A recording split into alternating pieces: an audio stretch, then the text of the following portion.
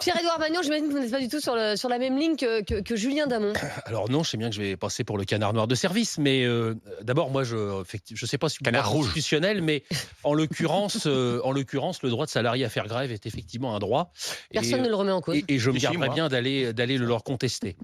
Après, moi, je reviens aussi parce qu'on a quand même dit beaucoup de choses. C'est-à-dire qu'aujourd'hui, tout le monde pense que tous les ouvriers raffineurs de France et de Navarre émargent à 5 000 par mois, ce qui est vrai en comptant les primes et avec un certain nombre d'ancienneté. Je rappelle par contre que dans la convention du pétrole, les premiers embauchés, les premiers échelons sont sous le SMIC. Donc ils sont d'ailleurs remontés au SMIC, mais les premiers échelons sont sous le SMIC.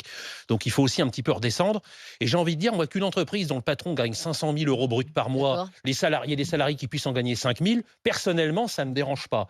Parce qu'évidemment, quand vous êtes salarié... Ça dérange personne. Ce qui peut déranger, c'est qu'il bloque le pays. Sauf qu'on n'a jamais rien obtenu juste en demandant gentiment. Je veux dire, des salariés n'ont jamais obtenu des droits ou des avantages en demandant gentiment à leur patron. Alors, après, évidemment que c'est gênant, mais moi le premier, je l'ai beaucoup dit, j'habite à la campagne, je suis en voiture, donc moi aussi je suis gêné, donc je vis pas en déconnexion et j'habite pas en plein centre de Paris où effectivement à la limite, si je quitte pas le centre de Paris, même sans essence, on peut survivre. Moi c'est pas mon cas. Effectivement, une grève qui ne gêne pas est une grève qui ne sert à rien. Une grève doit gêner. C'est le principe même de la. Ça va avec. Si, parce qu'une grève qui ne gêne pas n'obtiendra rien. Parce que pour qu'une grève obtienne quelque chose, il faut créer ce qu'on appelle un rapport de force. En fait, une grève, c'est fait pour obtenir. Il n'y a pas de rapport de force sans gêne. Alors, où vous êtes capable de gêner uniquement votre patron en bloquant l'entreprise.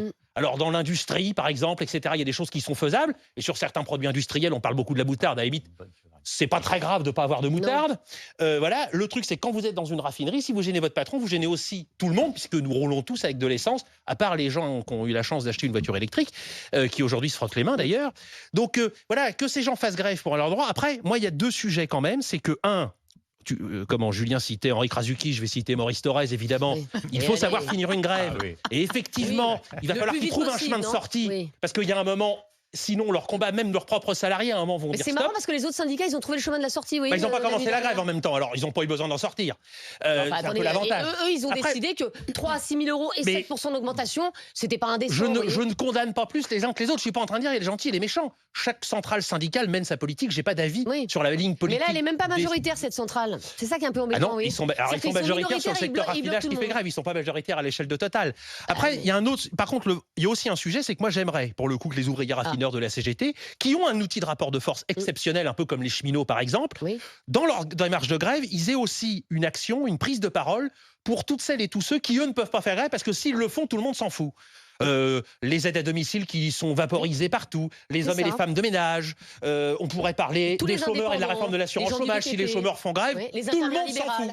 Bah oui, c'est ça. Exactement. Et ça, là, vous n'allez pas me dire que la CGT, ils pensent à tout le monde. Là, en l'occurrence, on est dans une grève qui est catégorielle, ce qui est leur droit. Moi, de mon côté, en revanche, je regrette qu'elle ne soit que catégorielle et qu'ils n'utilisent pas ce porte-voix et cet outil de pression au bénéfice, je répète, de celles et ceux qui ont aussi énormément besoin d'amélioration de leur vie, peut-être même plus qu'eux, et qui n'ont aucun moyen de se faire entendre. La CGT veut le faire, puisqu'elle appelle à la grève partout maintenant. Oui, parce qu'ils se disent, tiens, on va finir par être impopulaire. Et pourquoi ils font ça? La grève à tout le monde. Après, le syndicalisme, parce qu'ils ont raté leur rentrée d'automne. Là, la grève du 29 septembre, elle a rien donné, elle a fait pchit.